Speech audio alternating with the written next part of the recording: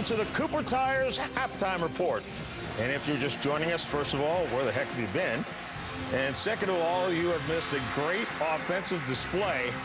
31-27, TCU has the lead at halftime.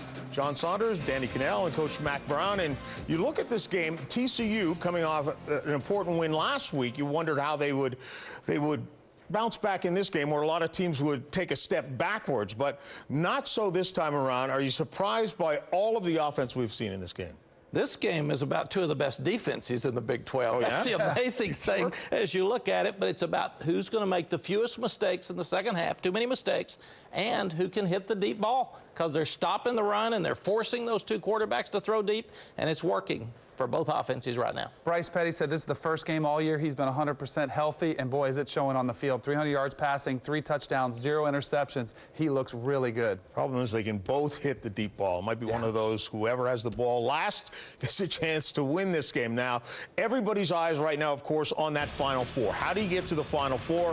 Of course, the best way is to remain unbeaten, as Auburn and Mississippi State were coming into this one this afternoon. Mississippi State trying to stop that guy, Nick Marshall, and doing just that. Jay Hughes steps in front. Can't turn the ball over on the road, and you need to get a good start to quieten that crowd. Especially when you got to stop Dak Prescott to Wilson, 34 yards. You could not ask for a better start if you're a Mississippi State Bulldog. They were on fire. They converted off the turnovers throughout. Marshall this time looking for Da'Keil Williams, and Williams gets it, but fumbles. Mississippi State would score on that drive. And then up 14-0, Dak Prescott.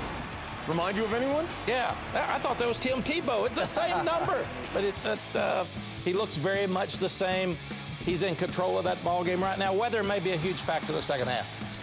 We'll keep you up to date, of course, on that score. Texas and Oklahoma. Alex Ross takes the kick and takes off 96 yards. For 15 straight years, someone scored on defense and in the kicking game, and Texas dominated this football game, but Oklahoma made the plays in the end to win it. And Texas is punting here. Colbert gets called for interference, and this is a teaching moment. Yes, it is. Coach Strong getting after him, and he should. Adrian Colbert's a good young player, just over-eager there. Got to go by the rules. Trevor Knight sits back a lot of times. Sterling Shepard, one of the best wide receivers in the history of Oklahoma, just like his dad was.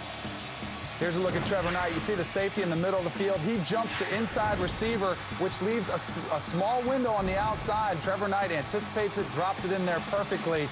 This was all about the second half for Oklahoma offensively. Oklahoma hangs on and wins the Red River rivalry.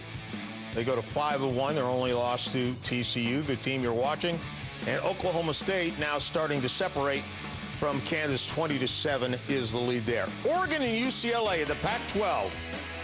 And in this one, the coaches are fired up.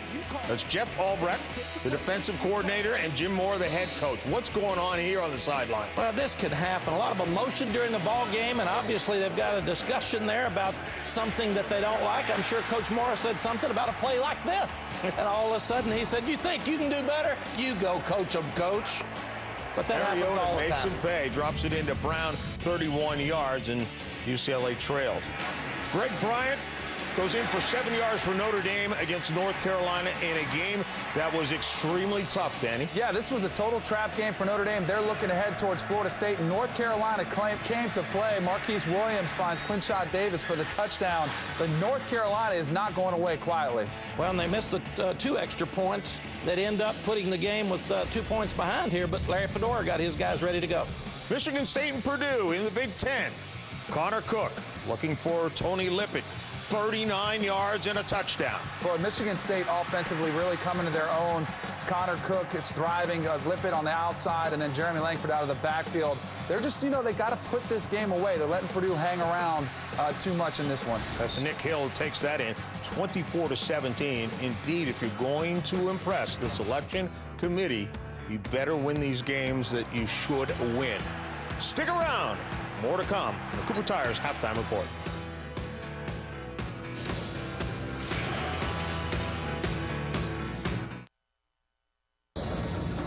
This is the Cooper Tires Halftime Report.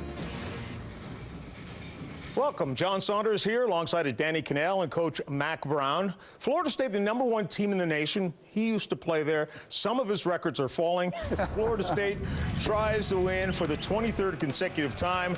This time they go up to the Carrier Dome to face Syracuse. Jameis Winston, of course, pressured, finds Mario Pender. Just an average day at the office for Jameis Winston, taking care of business, on the road, tough environment. All Florida State have to do, all they have to do is win.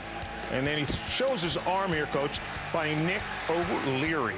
John, some of those records are 25, 30 years old. So I mean, really, they should be broken by now. Little play action here. He finds Wilson for the touchdown. Florida State rolls over Syracuse 38-20. So it's